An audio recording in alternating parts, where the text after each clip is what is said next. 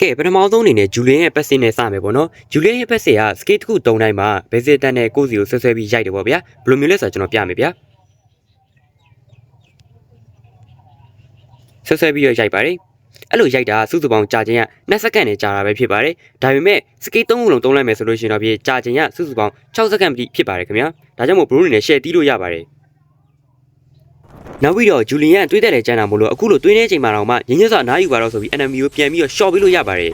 ်ကျွန်တော်ကြိုက်ဆုံးဂျူလီယန်ရဲ့ combo ကတော့3-2-1 မှာ scale 1 a hit damage ရတော်တော်ကြီးနာတဲ့ပြင်မှာယခုလိုပေါ့နော်ခြုံနေရင်စောင့်ပြီးတော့ Roger ကိုတီးပေးလိုက်မယ်ဆိုရင်အနေစာနဲ့ကိစ္စ3သွားမှာပါခင်ဗျာအဲ့လိုမျိုးပုံစံနဲ့ Maxman နဲ့ Mate တွေကိုလည်း AC တီးလို့ရပြီးတော့ Assassin တချို့ကိုလည်းတီးလို့ရပါတယ်ဒါကတော့ပွဲတာရင်တာတယ်လို့ပေါ့ဗျာကျွန်တော်ပွဲတိုင်းလို့ဆက်တဲ့ item ကတော့ Feather Heaven ငမွေးထည့်တယ်ပြီးရင် Holy Crystal ပြီးရင်ပွဲချင်းတွေမူတည်ပြီးတော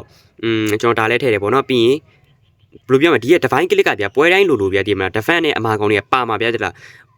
းမပါဘူးဆိုတော့တခါတလေပဲမပါမှာအဲ့ဒါဆိုလို့ရှိရင်ပါခဲ့လို့ရှိရင် divine click ထဲမပါလဲထဲပေါ့နော်အပြီးနောက်တဲ့ item ကိုတော့ကျွန်တော်တို့အနေနဲ့က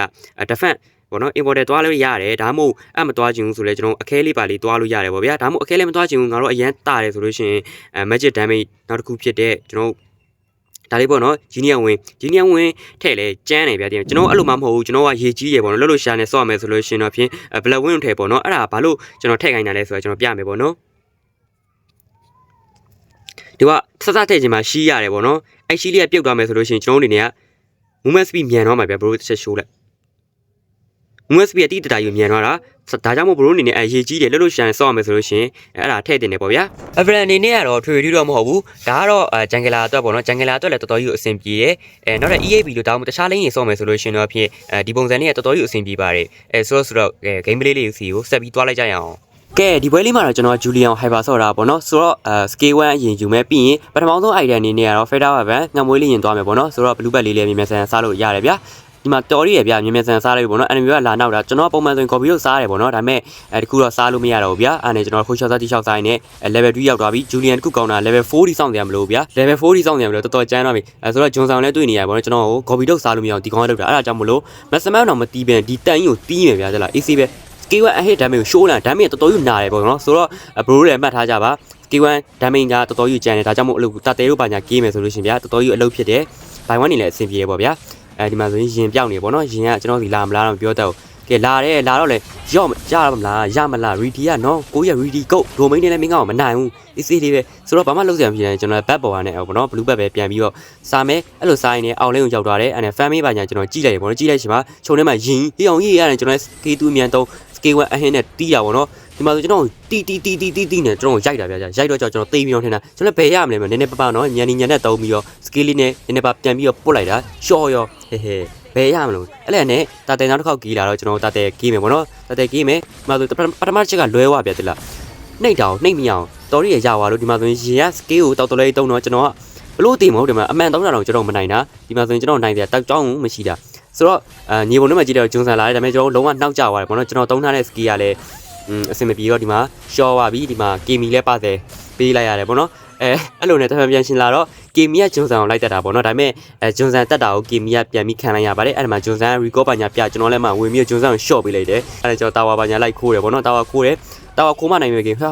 what the hell ရင်ရလဲငါတို့စီတာဝါခိုးတယ်ဘယ်ရမလို့ညီလေးရကိုကြီးကလိုက်မှာကိုကြီးကလွတ်မပေးဘူးဒီကောင်ဒီချုံမိုးထဲမှာရှိတာတေးကြတယ်အဲ့ဒါကြောင့်ကျွန်တော် K2 နဲ့ချုပ်တယ်ပြီး K2 နဲ့ AC လေးပဲဝင်ပြီးတော့ကောက်လိုက်တာကေးရပါဟဲ့လား AC လေးပဲကဲပြီးတော့တာတဲနောက်တစ်ခေါက်ထပ်ကြီးမယ်ပေါ့နော်ဒီတာတဲလဲကိုလိုတော့ပါပဲဟုတ်တယ်မလားတာတဲ3ကလုံးကျွန်တော်ရရှိသွားပြီပေါ့နော်ဆိုတော့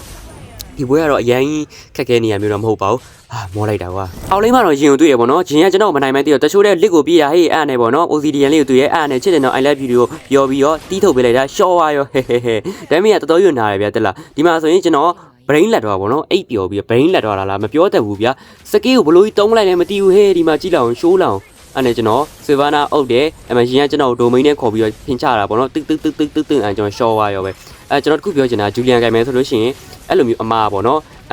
်ကြုံရတယ်ဗောနော်အဲ့ဒါကြောင့်မို့ဘရိုလည်းတတိထားကြပါဒီမှာဆိုရင် KMI ရှော့ပြီးဟဲဂျွန်ဆန်ကကားတိုက်ပြီဗောနော်ဒီမှာဆိုရင်ရှော့ပြီးအဲ့ချိန်မှာ Saver ကြီးက Flicker နဲ့ခုံပြီးဂျွန်ဆန်ကိုပိုင်းတာပါတဲ့အဲ့ဒါမပြီးဘူးမောတကြီးသမီးကိုထမ်းထားတဲ့ကိုလာအမလာပြီးအမအမပြီးရင်သူတို့မလွတ်ဘူးအဲ့ဒါသူတို့မလွတ်ပြောင်းတော့ပြီးတီးခံမှာတီးခံပြီးရင်လေလာကိုလည်းတီးပြီးဟဲ့အမ ဒီလောက်တီးပြီးတော့ဆိုဘာနာကရီကောပြသွားတယ်။နဲ့ကျွန်တော်လည်းပြန်ရှင်လာတော့တိန်စီးပြီးတော့ blue bat စားတယ် blue bat စားပြီး red bat စားမဲ့အချိန်မှာ enemy ရှိမှကျွန်တော်တိလိုက်ဒီပေါ့နော်အဲ့ဒါနဲ့ကျွန်တော်အရေးစွန်ပြီးတော့ skate to အဟင်းနဲ့ပဲဝင်သွားလိုက်တာရင်တစ်ခါနဲ့တန့်လျှော့သွားရောဆိုတော့ bro လေပေါ့နော်အခုလိုမျိုးလေးဘတ်စားတော့မယ်ဒါမှတစ်ခုလောက်တော့မယ်ဆိုလို့ရှိရင် enemy ရှိမရှိတခြားလေးစစ်ပေါ့နော်မဟုတ်လို့ရှိရင်ကို short ပေါ့နော် short လို့ရှိရင်အဆင်မပြေဘူးရပြန် fan မင်းနေတယ်ဒီမှာဆိုလို့ရှိရင်တော်ရီတယ်ဟေးအောင်ကြီး oh my god အိုးကန်ကောင်းတာဟိုကကျွန်တော်ပေါ့နော်မအုပ်သွားဘူးအဲ့ဒါနဲ့ saver အုပ်တော့ saver short ရတယ်ဗျာတင်မလား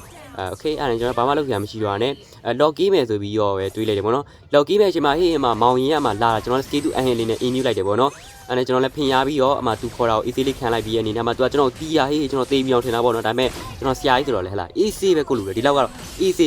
ဂျိုးဆိုင် what the hell bro ရုံငါ့အဲ့ဒါတော့တက်ချင်တာလားမင်းတို့အဲ့လောက်ကြီးကြမပြောတော့ဘူးကွာကဲဒီမှာဆိုလို့ရှိရင်ပေါ့နော်ဒီမှာဆိုလို့ရှိရင်ကျွန်တော်မစမန်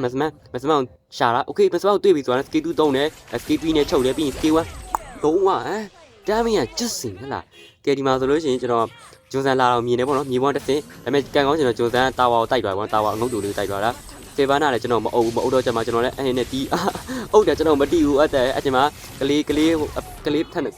ထန်မှာငါစကားတကူ oh my god ကလေးထန်မှာလည်းလာကူတော့ကျွန်တော်နိုင်သွားခဲ့တယ်ပေါ့နော်ဆိုတော့အဲ့နဲ့ကျွန်တော်ဒိန်းလေးပါညာလိုက်ပြီးတော့ချိုးမယ်ပေါ့နော်တိန်စီးပြီးလာတာဟေးတိန်စီးပြီးလာမင်းမပြီးနဲ့မင်းရောမင်းအော်ဒီတောင်3ချိန်မြောက် oh my god တန်းအောင်ရှော့သွား damn ဆိုတော့ကျွန်တော်လည်းတာဝါချိုးမယ်ပေါ့နော်အဓိကနိုင်ဖို့ဗျာတည်မလားစတာတလုံးကအရေးကြီးတယ်တာဝါချိုးမယ်လားပြောတာပါကျွန်တော်ဖင်သွားရဂျွန်ဆိုင်ဟေးငါတေးပြီထင်တယ်မလီကလွဲပါလို့ခဏနေဝေးမောလိုက်တော့ခဏနေokay ဒီညိုင်းငါဘာလို့short တေးတန်းအမှာကျွန်တော်မလိုအပ်တဲ့ကလစ်တွေပေါ့နော်အများကြီးထည့်ထားတာဗျာကျွန်တော်ဘာပြောလို့ပြောရမှာမသိတော့အဲ့ဒါဒီမှာပဒယ်ဖြစ်ပြီးရော့အမှာကျွန်တော်တာဝါတက်တိလည်းဝင်တော့မဖြစ်ဘူးနော်အဲ့ဒါကျွန်တော် scale 1 ahead နဲ့ပဲလမ်းပြီးပစ်လိုက်တယ်ဒီမှာဆိုစေဘာနာကဦးကြောင်လုံးနေသူမှာအော်ဒီလည်းမရှိဘူးနော်အဲ့ဒါကျွန်တော်ဒီမှာဝင်ပြီးတီးလိုက်တာဗျာ short 1ဂျွန်ဆန်ကရှိနေတော့အဲ့ကောင်ကမရဘူးပေါ့နော်ဒီမှာ OCD ကဝင်လာတာဆရာတမ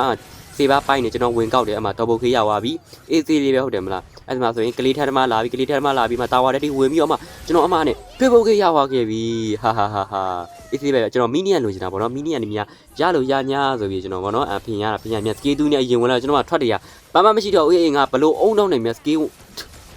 တူးနဲ့အရင်ဝင်လိုက်မယ်မပြောတတ်ဘူးဗျာတဲ့ပါဆိုတော့ဒီပွဲလေးကပြီးသွားပါပြီ bro အနေနဲ့ဒီဗီဒီယိုလေးကြိုက်နေတယ်ဆိုလို့ရှိရင်တော့ကျွန်တော် subscribe မလုပ်ရသေး subscribe လုပ်ခဲ့ပေးကြပါလို့ကျွန်တော်တောင်းဆိုတယ်ဗီဒီယိုနောက်မှာကျွန်တော် K1 mission လေးရှိလို့အဲ့ဗီဒီယိုလေးအဆုံးထိကြည့်ဖို့အတွက်ကျွန်တော်တောင်းဆိုရပါတယ်ခင်ဗျာ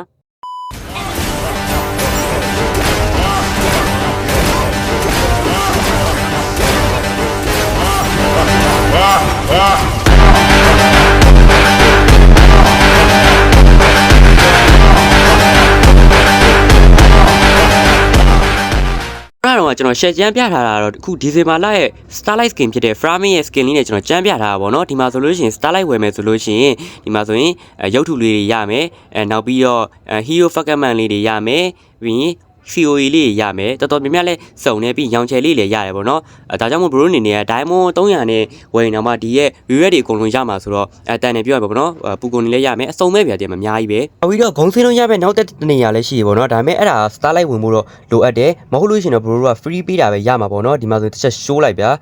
in game profile ဘာညာ smuggler hero skin အဲ့ဒါတွေကရရဗျာတင် Starlight ဝင်မယ်ဆိုရင်တော့ဖြစ်တော့ခါတွေကပွင့်မှာပါiPhone 300နဲ့တန်းပြီးတော့မဝယ်နိုင်တဲ့လူတွေအနေနဲ့လည်းဒီမှာကန်ဆန်းလို့ရတယ်ပေါ့နော်ကန်ကောင်းရင်တော့ပေါက်သွားနိုင်တယ်ဗျာကျွန်တော်ကတော့ခါမှမပေါက်ဘူးပါဘူးပေါက်ဘူးတဲ့လူရှိလို့ရှိရင်လည်းကောင်းပါဝေးအောင်ယူတော့ပါအောင်နော်နောက်ပြီးရင်လည်း Starlight ကိုရောင်းချယ် skin ပေါ့နော်အဲ့ဒါကိုလည်း Diamond 100နဲ့ထပ်ပြီးတော့ဝယ်လို့ရပါတယ်ခင်ဗျာရိုး Starlight ကိုတော့ Diamond 300နဲ့